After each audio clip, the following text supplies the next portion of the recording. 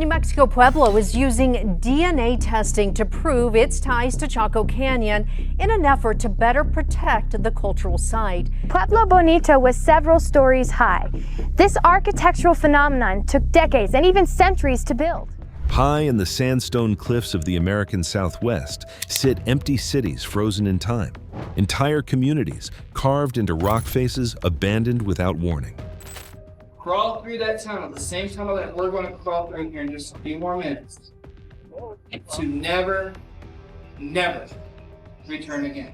For over a century, the disappearance of the ancestral Puebloans has sparked debate, wild theories, and countless archaeological expeditions.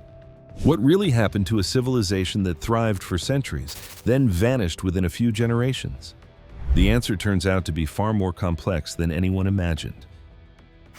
I'm standing in one of the rooms here at Pueblo Bonito. These walls didn't always used to be bare stonework, as you can see. Who were the ancestral Puebloans?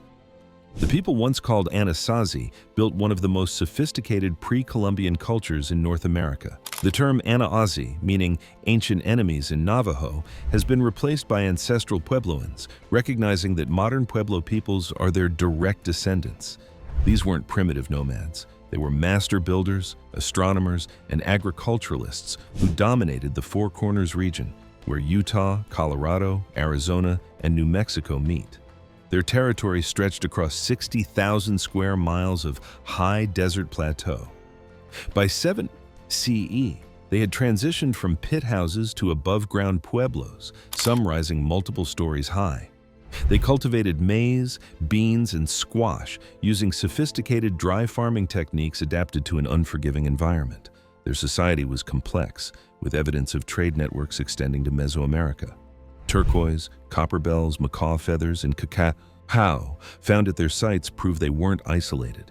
They created intricate pottery, woven sandals that lasted decades, and baskets so tightly made they could hold water. This was a culture that understood engineering, mathematics, and their environment intimately. The Golden Age of Chaco Canyon. Between 900 and 1150 CE, Chaco Canyon represented the pinnacle of their achievement. The great houses of Chaco weren't just buildings. Pueblo Bonito alone contained over 600 rooms and rose 4 stories, built with precisely cut sandstone blocks. The walls aligned to solar and lunar cycles. Windows and doors positioned to capture solstices and equinoxes. These weren't accidents. The Chacoans possessed astronomical knowledge that rivaled contemporary European understanding. The scale of construction defies easy explanation.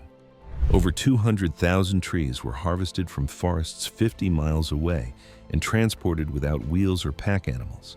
The roads radiating from Chaco stretched 400 miles in perfectly straight lines, 30 feet wide, engineered with purpose we still debate.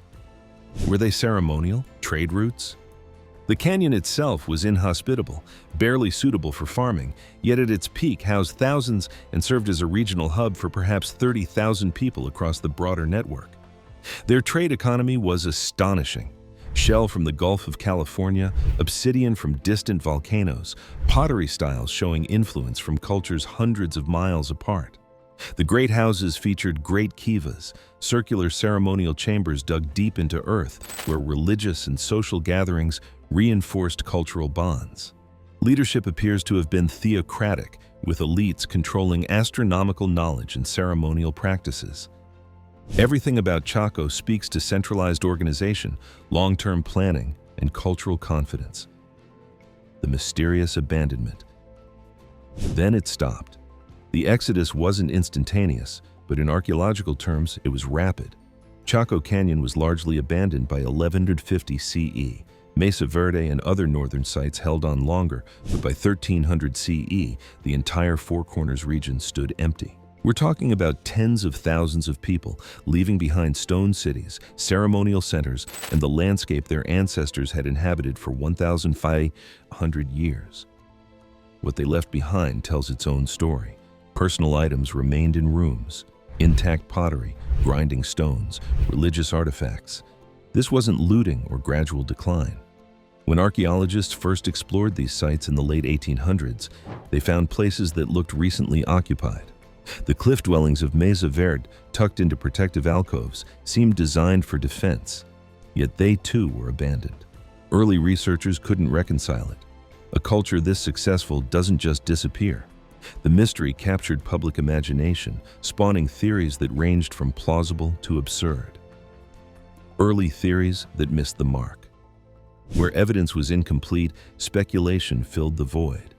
The most sensational theories involved alien intervention, ancient astronauts guiding or abducting the population. These ideas gained traction in popular culture, but had zero archaeological support. The ancestral Puebloans were entirely human, their achievements explainable through ingenuity and generational knowledge. Other early theories focused on single catastrophic events, perhaps an epidemic swept through. But there's no mass grave evidence, no skeletal remains showing disease patterns that would account for total regional abandonment. Maybe an earthquake or volcanic eruption? The geology doesn't support this. The region is stable, and there's no ash layer or destruction pattern consistent with natural disaster during the relevant time frame. Some suggested invasion by hostile tribes. While warfare did play a role, as we'll see, no external conquering force moved in to occupy the territory. The cliff dwellings remained empty. If invaders had driven them out, we'd expect new occupants. Even climate was initially dismissed as too simplistic. Cultures adapt to weather changes, right? Surely a people this resourceful could handle a bad decade. What researchers eventually discovered was that multiple factors, converging simultaneously, created a perfect storm of collapse. The mega drought evidence. Tree rings don't lie. Dendrochronology, the study of growth rings in ancient wood, gave scientists a year-by-year climate record stretching back centuries. What they found was sobering. The late 1200s experienced one of the most severe and prolonged droughts in the past 2,000 years. We're not talking about a dry summer. Between 1276 and 1299 CE, a 23-year megadrought gripped the Southwest. Tree rings from that period show dramatically reduced growth. Some years barely produced a ring at all. Paleoclimatology studies examining lakebed cores, pollen records, and soil samples confirmed the tree ring data. Rainfall dropped to less than half normal levels in some areas. For farmers dependent on predictable seasonal moisture, this was catastrophic. Their agricultural system, refined over centuries, assumed a certain baseline of precipitation. When that disappeared, crop failures became routine. The drought wasn't uniform. Some microclimates fared slightly better, creating competition for shrinking resources. Springs dried up, streams became intermittent. The reservoirs and water management systems they'd built couldn't compensate for such extreme deficiency. Maize, their staple crop, requires consistent moisture during growing season. Without it, communities faced starvation. Archaeological evidence from this period shows declining nutrition in skeletal remains. People were getting smaller, showing signs of malnutrition and stress. The environmental foundation of their entire civilization was crumbling. Violence and warfare uncovered. Resource scarcity breeds conflict. As conditions deteriorated, evidence of violence increases dramatically in the archaeological record. Sites from the late 1200s show burned structures, not from accidental fires but deliberate destruction. Roof beams collapsed inward from intentional burning, storage rooms torched, entire communities destroyed. Skeletal remains tell a darker story. Mass graves appear containing bodies with trauma, skulls showing blunt force injuries, bones with cut marks indicating violence, possibly even cannibalism during the most desperate times. This was controversial when first proposed, but the evidence became undeniable. Protein residue analysis found human myoglobin in cooking pots. Bone fragments showing the same processing patterns as animal remains consumed for food. Defensive architecture becomes prominent. Later pueblos built in cliff alcoves accessible only by rope or precarious hand and toe trails. Watchtowers appear, walls blocking canyon approaches. These weren't symbolic. Communities were fortifying against real threats. At some sites, remains of individuals were found where they fell, unburied, suggesting attacks so devastating survivors couldn't perform burial rites. The social cohesion that had united the ancestral Puebloans fragmented. Neighbors became competitors, then enemies. Trust collapsed along with resources. Resource depletion and environmental collapse. The drought alone didn't doom them. Centuries of occupation had degraded the environment in ways that magnified the crisis. The massive construction projects required timber, lots of it. Forests within reasonable distance of major sites were heavily logged. Deforestation led to soil erosion. Without tree roots stabilizing hillsides, seasonal rains washed away topsoil. The very farmland they depended on degraded. Archaeological surveys show how their hunting patterns changed over time. Early sites show bones from large game like deer and bighorn sheep. Later sites increasingly contain small animals, rabbits, rodents, birds. The game populations had been hunted to depletion. Overhunting wasn't due to greed but necessity. As agriculture became less reliable, hunting pressure increased. Animal populations couldn't sustain it. Even the pinyon pines and juniper trees, sources of supplemental food through nuts and berries, showed signs of overharvesting. They had, quite literally, consumed the capacity of their environment to support them. When the mega-drought hit, there was no buffer, no reserve capacity. A healthier ecosystem might have weathered the drought, but they were farming land already pushed to its limits. The combination proved lethal. The social breakdown factor. Civilizations are held together by more than just food and water. Shared beliefs, trusted leadership, and social structures matter. As conditions worsened, evidence suggests the religious and political systems began to fail. Great kivas fell into disrepair. Ceremonial centers were abandoned even before residential areas in some locations. Why would people abandon their religious sites? Likely because the rituals weren't working. The priests couldn't make it rain. The ceremonies didn't bring back the game. When leaders derive authority from their supposed connection to the divine or control over cosmic forces, failure has consequences. If your power comes from promising favorable harvests and those harvests fail year after year, people lose faith. Evidence of changing pottery styles and architectural patterns suggests cultural fragmentation. Regional identities became more pronounced. The unifying cultural elements that had connected distant communities weakened. Internal divisions grew.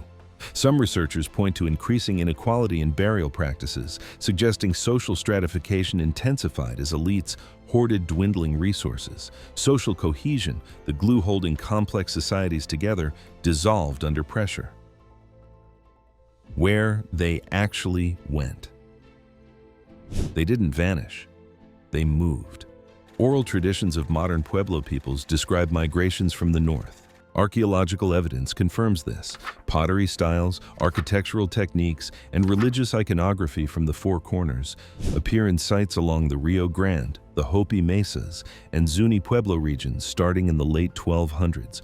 The migrations weren't single mass movements, but waves over decades. Groups splintered, sought new territories, sometimes merged with existing populations. The Hopi trace their ancestry directly to multiple ancestral Puebloan groups. The Zuni, Acoma, Laguna, and Rio Grande Pueblos all maintain oral histories of migrations. These aren't vague legends, but detailed clan histories naming specific locations and migration routes that align with archaeological findings. The new territories offered better water access. The Rio Grande provided reliable irrigation. The Hopi Mesas, though harsh, had springs and a social structure already adapted to the environment. Integration wasn't always peaceful. There's evidence of conflict at some receiving sites as populations absorbed influxes of migrants. But ultimately, the culture survived. Modern Pueblo peoples aren't just connected to ancestral Puebloans. They are ancestral Puebloans, carrying forward languages, ceremonies, and traditions over 700 years old. Modern technology reveals the full picture. Recent advances transformed our understanding. LiDAR technology, using laser scanning from aircraft, revealed hidden structures beneath vegetation. Sites previously unknown appeared in the data. Road networks proved more extensive than imagined. Field systems, terraces, and water management infrastructure invisible to ground surveys suddenly became clear. Isotope analysis of skeletal remains allowed researchers to track individual life histories. Strontium isotopes in tooth enamel reveal where someone lived as a child. Comparing that to bone isotopes shows if they moved as adults. The data confirmed large-scale migration patterns. People born in the Four Corners died and were buried in the Rio Grande Valley. DNA analysis connected modern Pueblo peoples conclusively to ancient remains. This wasn't speculation. The genetic evidence is clear. Combined with linguistics, oral tradition, and material culture, we now have overwhelming proof of continuity. The mystery wasn't where they went, but recognizing that the story never ended.